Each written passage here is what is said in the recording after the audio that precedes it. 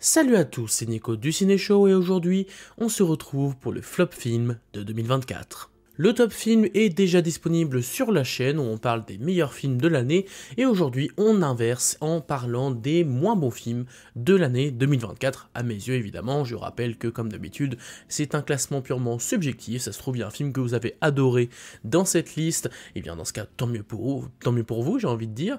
À l'inverse c'est peut-être des films que vous avez détestés et qui ne sont pas dans ce flop, pareil, voilà, ce n'est pas grave. Et c'est pour ça que je vous invite à partager votre flop film de l'année dans les commentaires, histoire qu'on puisse comparer. Et au passage, je m'excuse si jamais ma voix n'est pas parfaite dans cette vidéo, c'est comme la dernière fois, je suis encore un tout petit peu malade, donc je m'en excuse si jamais cela dérange. Et pour finir, il est important de rappeler que même si il y a des films qui sont particulièrement mauvais dans cette liste, du moins à mes yeux, ça ne veut pas dire pour autant qu'il faut s'énerver, ça reste que du cinéma, ça reste que des films, il y a des choses bien plus graves dans la vie, mais ça reste quand même, cette vidéo reste une occasion de pouvoir parler de ces films qui sont ratés pour différentes raisons selon moi, et je vous propose qu'on commence d'ailleurs directement avec la 10e position, et cette 10e place, elle sera pour Le Salaire de la peur.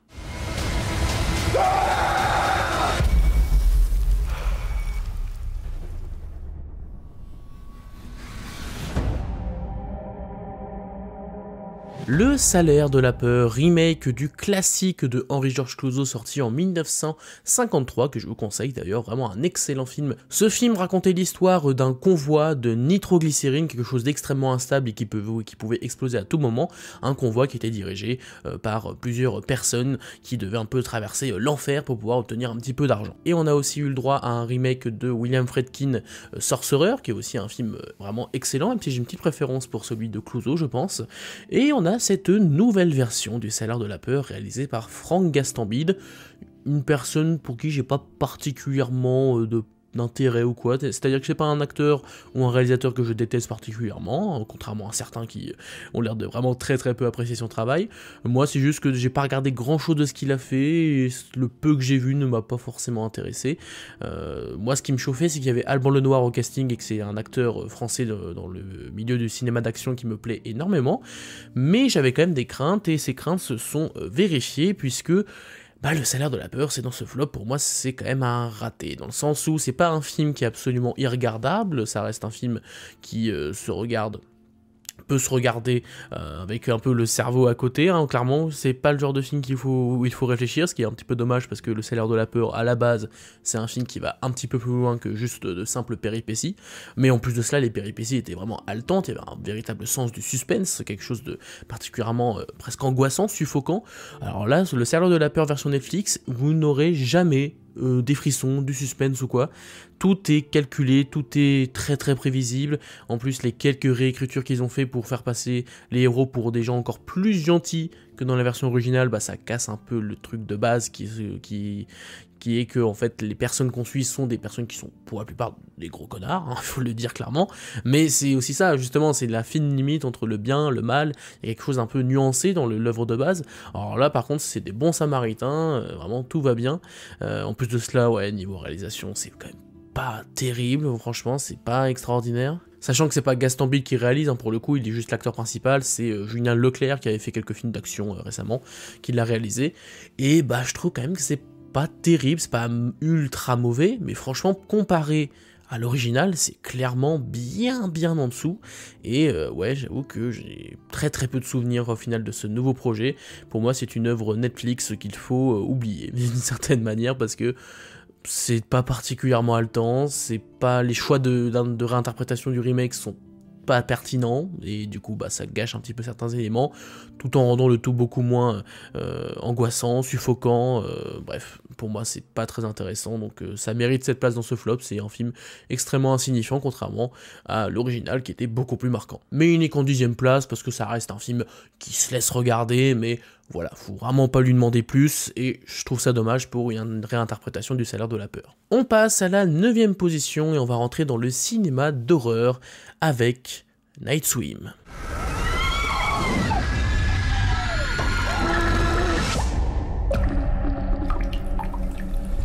J'avoue que je ne pensais pas voir un jour un film sur une piscine hantée.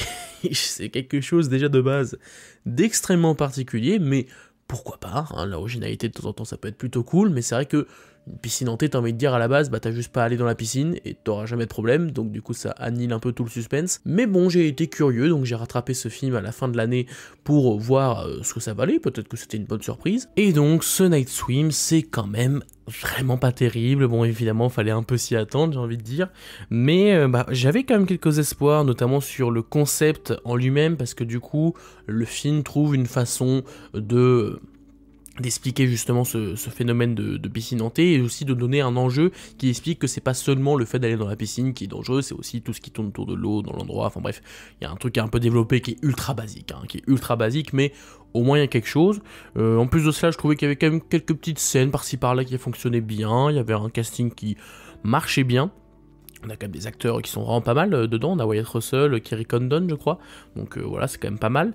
Sauf que c'est quand même, tout est hyper cliché, tout est prévisible, vous savez déjà comment le film va se terminer, et encore, sur la fin, la fin m'a extrêmement déçu parce que les réactions des personnages n'ont presque aucun sens. Je veux dire, il y a quand même quelqu'un, je vais pas dire qui et comment, mais il y a une personne qui va mourir, hein, quelque chose d'assez grave, et j'ai l'impression que les autres personnages s'en foutent complètement, alors que ça devrait être quand même quelque chose d'assez important, traumatisant même limite, mais non, j'ai l'impression qu'ils s'en foutent complètement, c'était extrêmement particulier, mais voilà, je crois qu'il n'y a pas énormément de choses à dire là encore, hein. De toute façon ça va être un peu le cas de la plupart des films, parce que c'est souvent juste parce que les films sont mauvais tout simplement, qui sont pas grand chose à proposer, qui sont extrêmement clichés, très paresseux.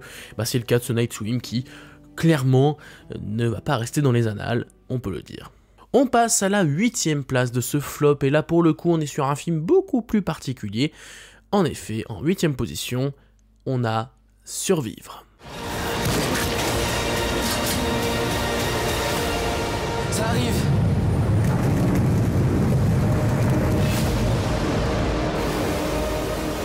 Alors là, je sais pas ce qui s'est passé, mais c'est une anomalie ce film, c'est clairement une anomalie. Déjà c'est un film français catastrophe, alors je crois qu'il est français, il me semble qu'il est en grande partie français, mais qui a été tourné, moi je l'ai vu en VF, mais je crois que c'était pas la VF et qu'en fait en VO il parle plusieurs langues, je ne sais pas exactement, je l'ai vu en VF donc je peux pas vous dire, mais il y a notamment l'acteur en plus, qui joue dans la série Dark, j'ai plus son nom, mais il joue le rôle de Jonas adulte, et c'est un excellent acteur dans la série, vraiment un très bon acteur, et là dans ce film là il est pas terrible, mais j'ai envie de dire que c'est comme la grande majorité des acteurs de ce film, parce que c'est vraiment un turbo nanar.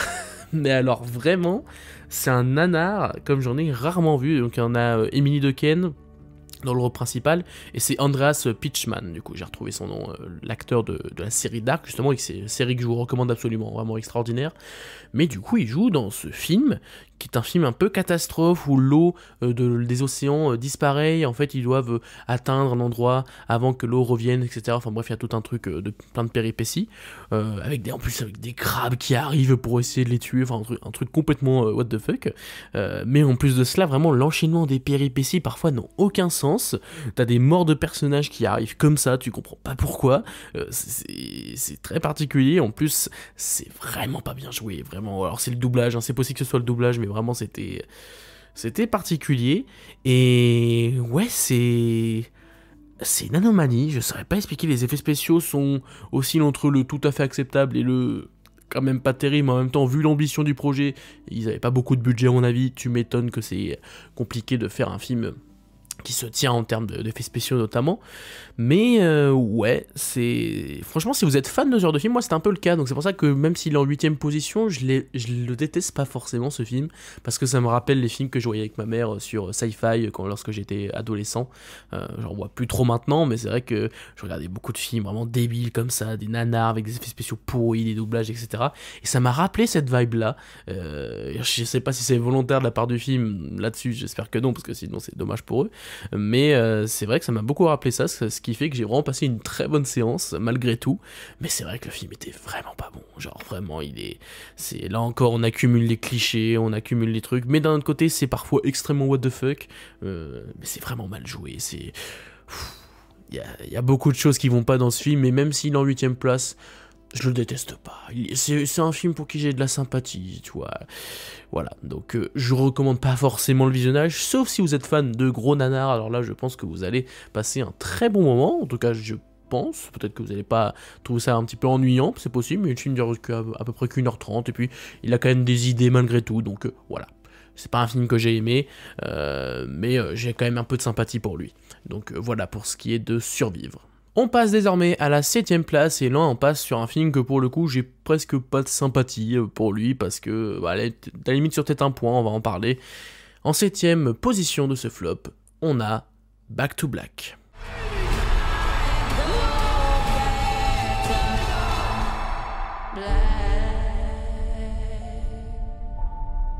Back to Black, c'est bien entendu le biopic sur Amy Winehouse, célèbre chanteuse britannique particulièrement talentueuse, j'ai envie de dire, qui a eu beaucoup de problèmes d'alcool notamment, et beaucoup de trucs autour de la presse people qui tournaient beaucoup autour d'elle, avec son petit copain également, avec son père, bref, il y a beaucoup d'affaires qui sont résumées justement dans ce film avec sa carrière, et bah c'est le biopic chiant de l'année, voilà, il y a toujours un ou deux biopics par-ci par-là de chanteurs ou chanteuses en l'occurrence, qui sont pas beaucoup inspirés, et bah c'est le cas déjà de ce Back to Black qui, rien qu'en termes de réalisation, ne propose presque rien, à la limite 2-3 scènes qui ressortent, mais c'est très très plat, même niveau photo c'est pareil, donc sur ce point là déjà c'est quand même pas terrible. Le gros point positif du film, il faut l'avouer, c'est son actrice principale. Je vais retrouver son nom directement, Marissa Abela, voilà, Marissa Abela qui joue vraiment extrêmement bien, il faut avouer que c'est elle qui porte principalement le film sur ses épaules, mais en dehors de ça, le film est du coup un peu chiant, il se passe pas grand chose, niveau réalisation ça propose pas grand chose, on a quelques musiques d'Amy Winehouse mais qui sont en plus pas très très bien intégrées, genre tu te demandes à un moment donné pourquoi ils mettent cette musique là à ce moment là, surtout qu'en plus il y a beaucoup de réécriture historique apparemment, donc même pour un biopic qui se veut classique, si ça respecte pas l'histoire de base, je vois pas trop l'intérêt, surtout que vraiment il y a des trucs qui n'ont pas trop de sens, c'est un peu particulier, notamment tout ce qui tourne autour de son mari, enfin en tout cas de son petit ami, visiblement c'était vraiment pas un chic type, vraiment pas du tout, et le film te montre limite que c'était une personne un petit peu compliquée, mais ça va, tu vois, il était quand même respectable, visiblement non, pas du tout, hein, c'était vraiment pas une bonne personne, et le père encore plus, apparemment le père a vraiment exploité Amy Winehouse, et a vraiment fait des choses qui sont quand même extrêmement discutables, et ça par contre ils en parlent jamais dans le film. Ouais, un peu particulier quand même, ça fait très spécial, encore une fois pour un biopic qui se veut ultra classique, ultra plan-plan, si en plus de cela tu changes ton histoire pour faire des changements extrêmement étranges, ouais voilà, du coup c'est pour ça que j'ai pas des masses aimé ce Back to Black, déjà que j'étais pas hyper sensible de la musique d'Amy Winehouse, je connaissais pas beaucoup, même si elle a beaucoup de magnifiques chansons. Si en plus de cela le biopic ne respecte pas la vraie histoire et qu'il est feignant, bah je vois pas trop l'intérêt du coup de ce film. Voilà, donc de mon côté Back to Black, ce n'est pas validé. Mais c'est encore moins validé pour la suite et pour du coup la 6ème position de ce flop, un film qui est un peu passé inaperçu et c'est normal, puisqu'en effet on va parler du film The Instigators.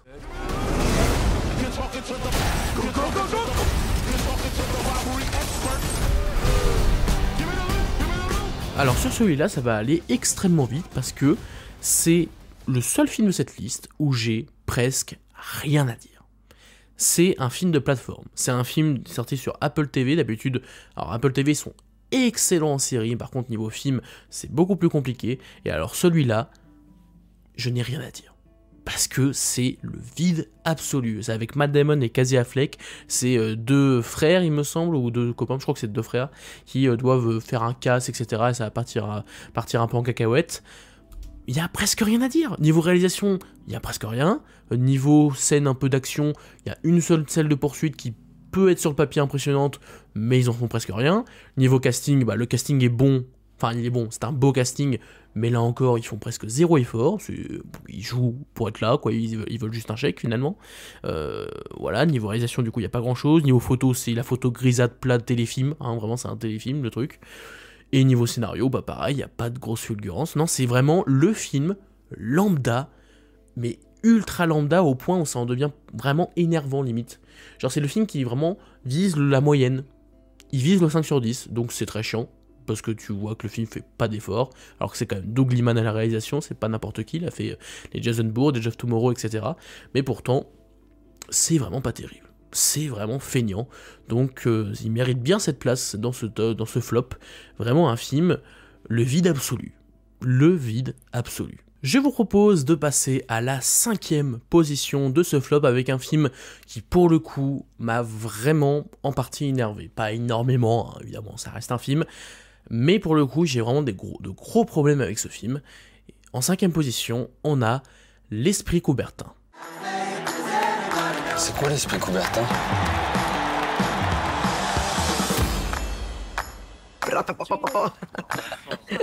Super.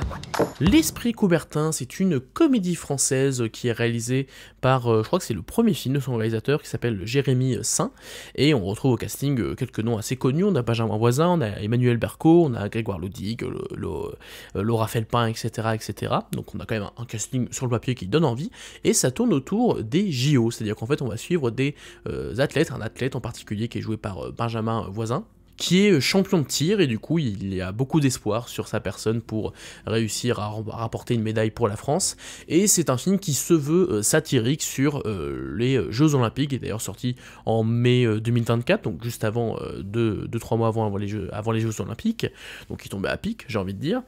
Ça se veut satirique, et bah, j'ai trouvé ça vraiment pas terrible, mais vraiment pas terrible, pour la simple et bonne raison que je trouve que le film passe à côté de son sujet.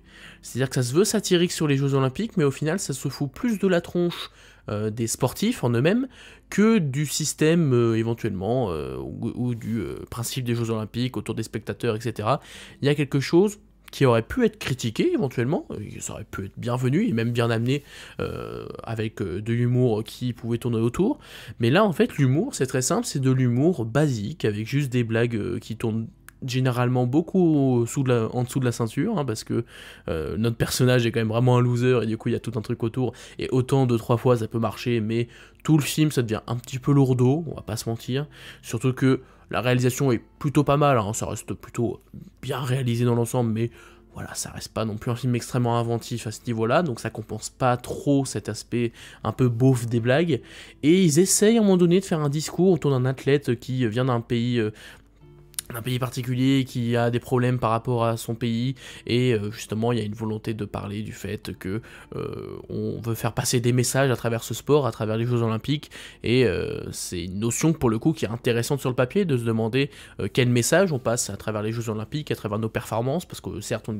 on peut dire oui on est juste des sportifs, mais on a quand même notre part de responsabilité sur l'influence qu'on peut avoir, sur les mots qu'on peut donner. Ça sur le papier ça peut être intéressant, mais le problème c'est que il y a trop de choses dans ce film qui ne matchent pas. Il y a un humour beauf qui ne colle pas avec ces discours qui, sur le papier, peuvent être intéressants, mais pour moi, c'est pas compatible. C'est extrêmement particulier. Tu sens que t'as un film d'un côté qui est vraiment très basé sur l'humour, avec des personnages vraiment un petit peu losers, avec beaucoup d'humour, un peu beauf sur les bords, mais à l'inverse, un humour qui peut être plutôt un peu plus développé, on va dire, et qui peut fonctionner. Il y a des moments qui fonctionnent bien, mais t'as aussi un film qui veut être un discours politique, peut-être, je suppose, sur la portée des JO, sur à quel point le principe des Jeux Olympiques peut être vraiment remis en question, et autant sur le principe, je peux être d'accord avec cette idée, mais pour moi ça ne marche pas dans ce film. Pour moi il y a un problème de tonalité, de cohérence globale entre ce que le film veut nous faire ressentir en termes d'humour notamment, et ce que le film veut te raconter sur les Jeux Olympiques. Voilà, j'avoue que... Puis voilà, surtout ça se concentre plus sur les sportifs en eux-mêmes, qui sont vraiment montrés comme des gros losers pour la plupart, plus que sur le système en lui-même. Et pour moi c'est plus ça qui peut être critiqué plus que les sportifs, et si en plus t'en fais des caricatures comme ça... Je sais pas, j'avoue que j'ai pas été réceptif, je sais qu'il y a pas quelques personnes qui ont vraiment bien aimé la proposition, et à l'inverse des gens qui sont un peu comme moi, qui ont pas trouvé ça terrible, pas terrible du tout, mais voilà, écoutez, si ça a pu plaire à d'autres personnes, peut-être que pour vous ça peut marcher, donc malgré tout, si le sujet vous intéresse, vous pouvez tenter L'Esprit Coubertin, mais c'est vrai que de mon côté ça a vraiment pas marché, je trouve que j'ai un vrai problème avec ce film. Je trouve que c'est pas un projet qui est bien pensé, je trouve, mais c'est peut-être que moi, évidemment, et je ne suis qu'une simple personne qui donne son avis. Voilà pour ce que j'ai à dire sur L'Esprit Coubertin. On passe à la 4e position de ce flop avec un gros blockbuster américain, puisqu'on va parler de Venom, The Last Dance. Eddie, l'heure est venue.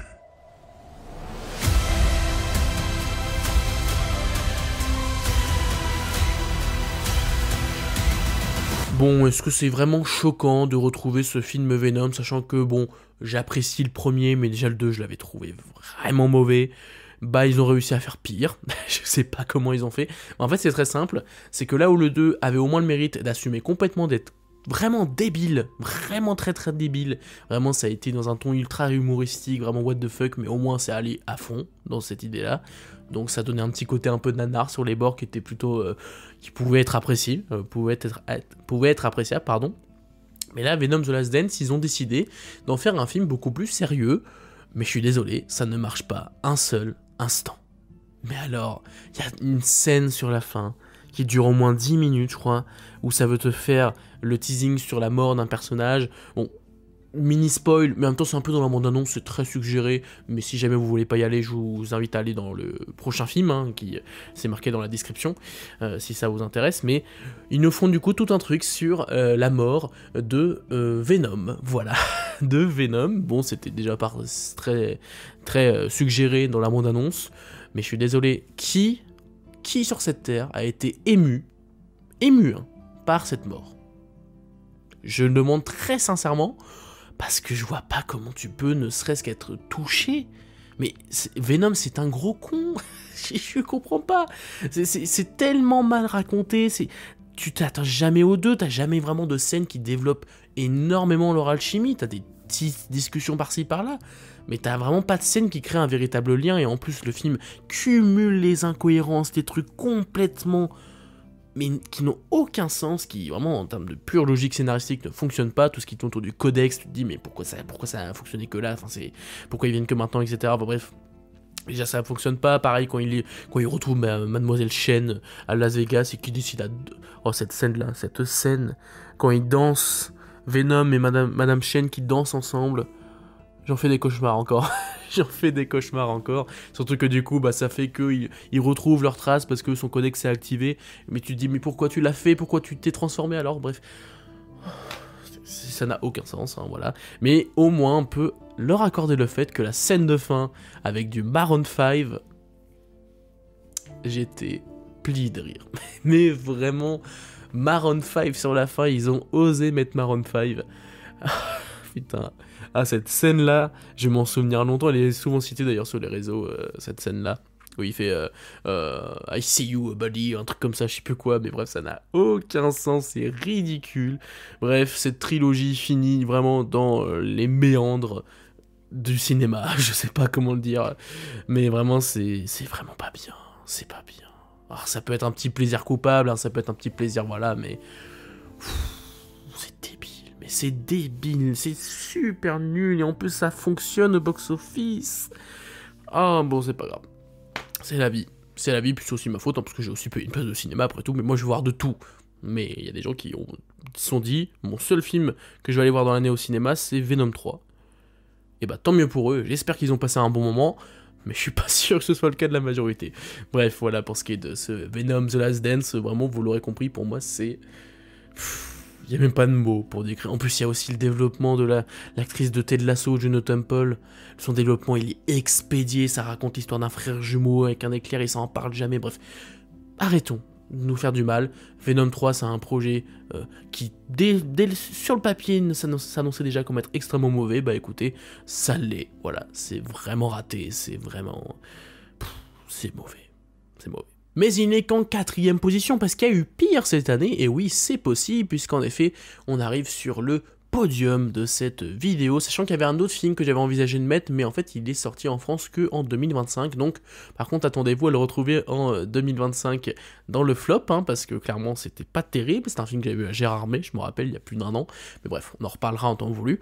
En 3e position, on a un film que j'ai vu également dans un festival, le festival de Deauville, il y a maintenant plus... ça commence à remonter 1 an et demi, je crois, et qui est sorti en 2024 en France.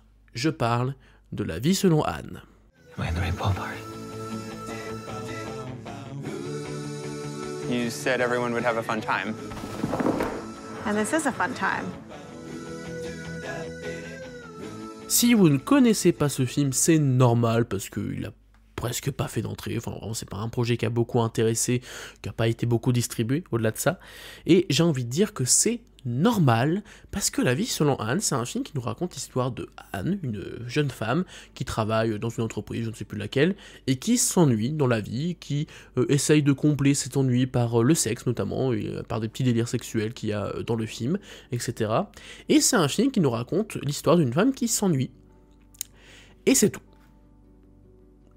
Et j'aimerais vous dire que c'est une blague, ce que j'ai en train de dire, mais vraiment, c'est vous regardez pendant 1h20, 25, un truc comme ça, une femme qui se fait chier. Et du coup, bah, vous faites chier aussi, accessoirement, évidemment. Alors, je dois reconnaître, allez, qu'il y a un sens du montage qui est parfois vraiment bien pensé, parce que du coup, on joue vraiment sur le côté un peu nonchalant du personnage. Vraiment, tu sens que le personnage est parfois vraiment... elle est un peu dans un autre monde, elle en a un peu rien à foutre des autres, ou tu sais pas trop, et du coup, parfois, t'as des dialogues qui sont parfois un petit peu what the fuck, qui sont enchaînés directement avec une autre scène, en termes de montage, du coup, ça crée un petit décalage qui est marrant, il faut l'avouer, il y a 2-3 scènes qui sont marrantes à ce niveau-là, mais ça reste un film où tu suis une femme qui s'ennuie, mais je comprends même pas le principe, autant je suis... prêt à admettre que l'ennui au cinéma, ça peut être intéressant, il doit y avoir plein de films qui le font de très belle manière, j'ai entendu dire que, par exemple... on a Sofia Coppola qui fait quelques films dans ce style-là qui apparemment sont très bien. Je ne les ai pas vus donc je vais pas m'avancer. Mais vraiment ce film-là, je suis désolé, c'est d'un ennui profond et c'est un immense foutage de tronche. Je vais pas dire le mot un peu vulgaire, c'est un immense foutage, vraiment on se fout de nous. C'est un film vraiment, tu regardes une femme qui s'ennuie pendant 1h20 et c'est tout. Et il n'y a rien de plus. Et même la réalisatrice, quand elle était venue, t'avais l'impression qu'elle n'en avait rien à faire de ce film, rien à faire de nous, j'ai envie de dire. Bah du coup, bah, elle se retrouve dans ce top 3 de ce flop 2024. Alors je le mets pas en première position parce qu'il faut admettre qu'il y a un ou deux petits éléments qui marchent bien, il faut avouer qu'au moins c'est un projet très original, mais bon, faut pas déconner, c'est clairement ni fait ni à faire, je comprends même pas pourquoi ce film existe. Ouais, je sais pas, je ne sais pas. Mais de toute façon, personne l'a vu, et vous ne le verrez pas, et c'est tant mieux. Mais là encore, hein, comme d'habitude, je reprécise, hein, pour éviter de frustrer certaines personnes, c'est tant mieux si c'est des personnes, mais je sais qu'il y a des personnes qui sont rentrées dans le délire, qui ont trouvé ça plutôt drôle et plutôt bien amené. Tant mieux pour vous, mais vraiment tant mieux pour vous, moi juste, vraiment, je ne peux pas. Je ne peux pas. On passe désormais à la deuxième place de ce flop, on est presque au premier, mais pour l'instant on va rester sur du gros blockbuster américain qui tâche, avec Borderlands.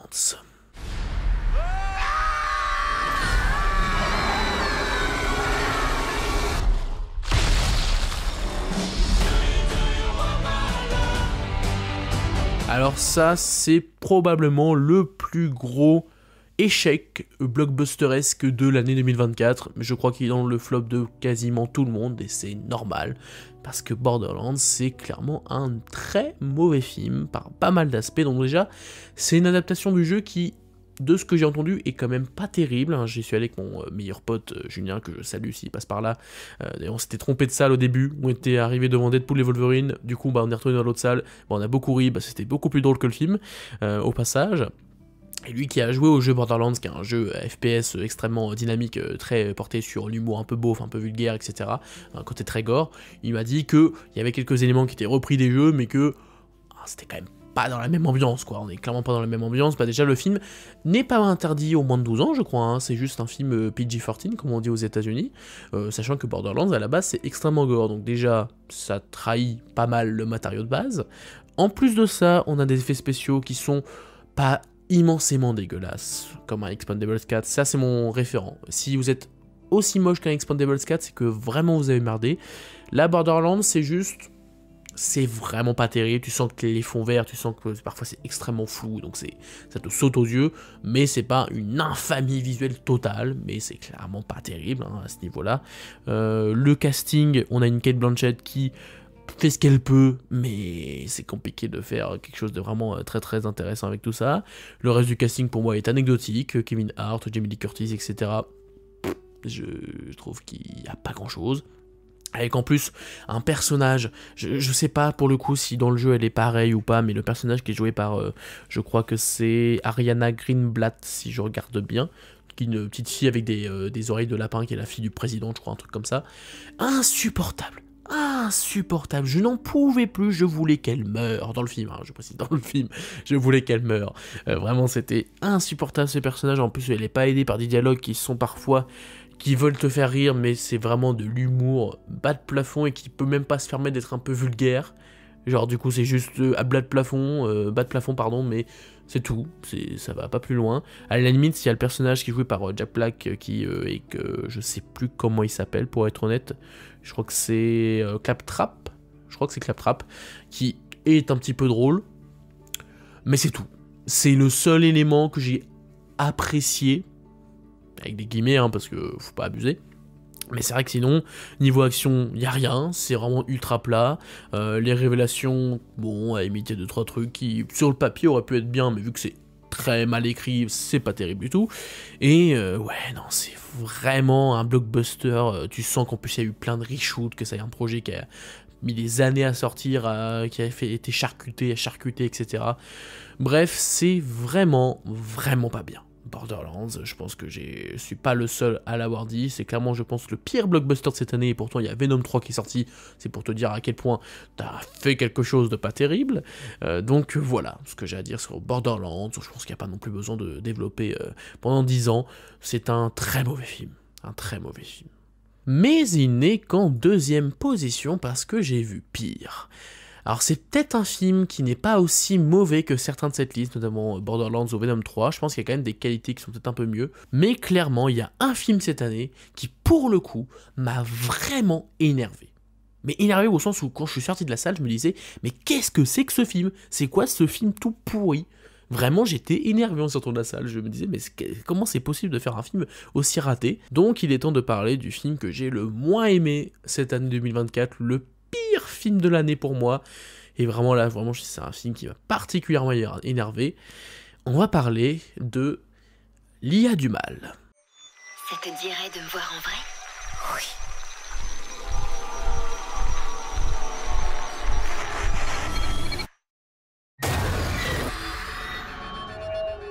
Alors, par où commencer? Alors honnêtement, L'IA du mal, c'est techniquement, je dirais pas qu'objectivement c'est le pire film de l'année. Déjà, il y a un bon casting, faut être honnête. On a notamment Catherine Waterston et John Cho, qui sont des 2 acteurs que j'apprécie pas mal. John Cho, il a joué dans Searching notamment, que j'avais beaucoup aimé.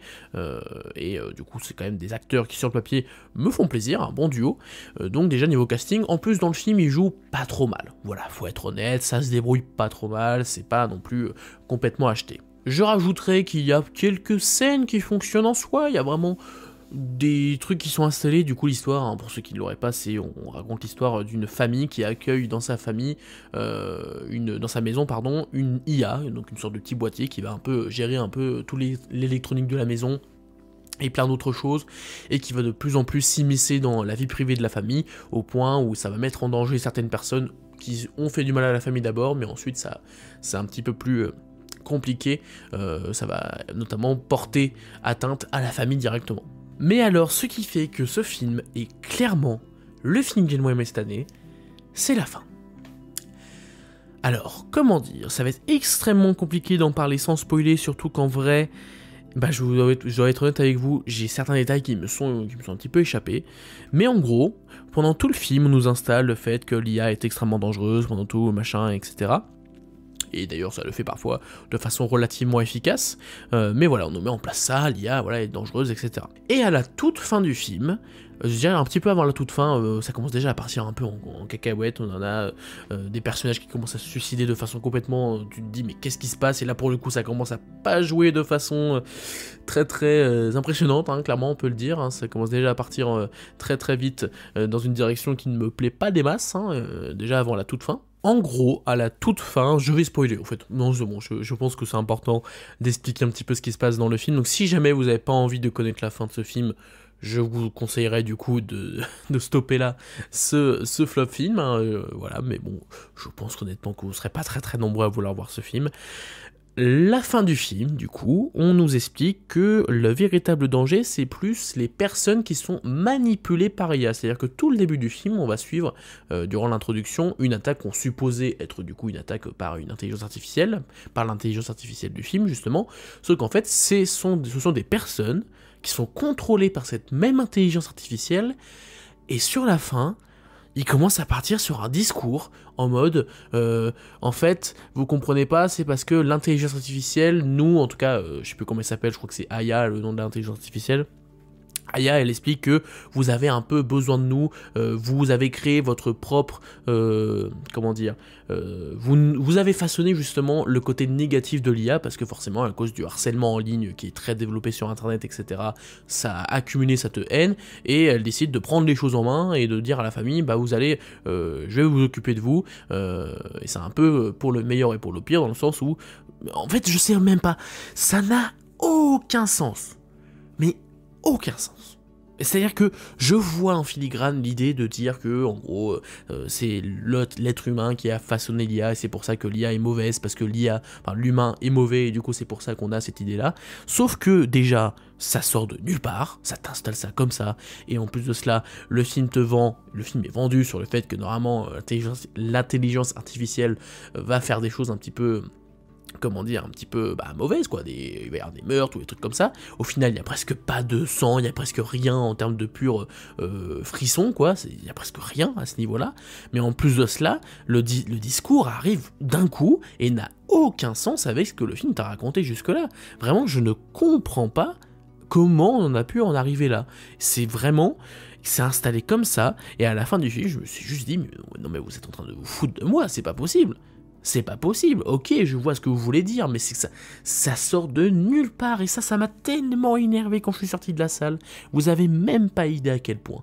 Vraiment, quand je suis sorti de la salle, c'est le seul film cette année où j'étais vraiment énervé, où je me disais, non mais vous êtes sérieux, vous avez fait ce film à la va-vite, vous avez bâclé ce truc là en vous disant c'est bon, ça va le faire, les spectateurs ils vont se dire, oh sympa, un petit twist, mais vu la tronche du twist, vous étiez obligé de faire ça, franchement, enfin vraiment ça n'a...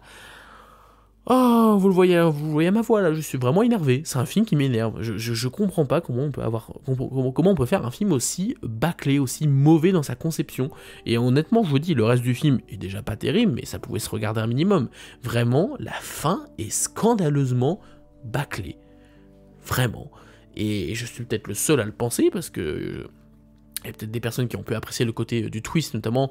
Je dois avouer que j'ai oublié peut-être certains détails autour de ce twist, parce que vraiment j'étais juste en train de me dire, mais de quoi vous parlez? Mais d'où ça sort ce truc? Du coup j'ai peut-être loupé des subtilités qui font que cette fin pourrait être très intelligente au final, je l'avoue.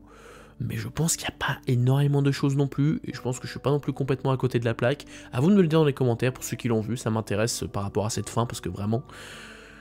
je ne comprends pas comment ils ont pu avoir cette idée-là, et surtout... comment ils expliquent ça, vraiment, ça n'a aucun sens. Ça n'a aucun sens. Et ça, c'est vraiment l'exemple du film d'horreur pas cher, qu'ils ont un peu bâclé en se disant, de toute façon, ça va pas coûter cher, ça va rapporter du fric, et tant mieux. Et bah tant mieux pour vous, j'ai envie de dire, je crois que le film n'a pas des masses marché, mais vu qu'il a pas coûté cher, je suis sûr que c'était pas si grave pour eux. Mais moi, je trouve ça vraiment... je trouve vraiment que là, pour le coup, c'est une insulte envers le spectateur, cette fin. Mais vraiment. Vraiment pour le coup. Donc voilà, pour ce qui est de ce pire film de l'année, vraiment pour moi c'est vraiment le pire truc que j'ai vu, c'est peut-être pas objectivement le pire, mais c'est vraiment le film qui m'a le plus énervé cette année, et qui je trouve est le plus insultant envers son public, et peut-être que je suis dans le déni, peut-être que j'ai loupé quelque chose qui explique mieux cette fin, mais alors vraiment pour moi c'est ni fait ni à faire, et c'est vraiment un... c'est bâclé, c'est vraiment, ne regardez pas ça, pour moi ça n'a aucun intérêt, et si vous l'avez vu vraiment... éclairez-moi, j'ai envie de savoir par rapport à cette fin, qu'est-ce que ça veut dire tout ça, ça n'a aucun sens, bref, voilà, pour ce qui est de ce l'IA du mal, vous l'aurez compris, pour moi c'est vraiment pas bien. Voilà, c'est la fin de ce flop film, hein.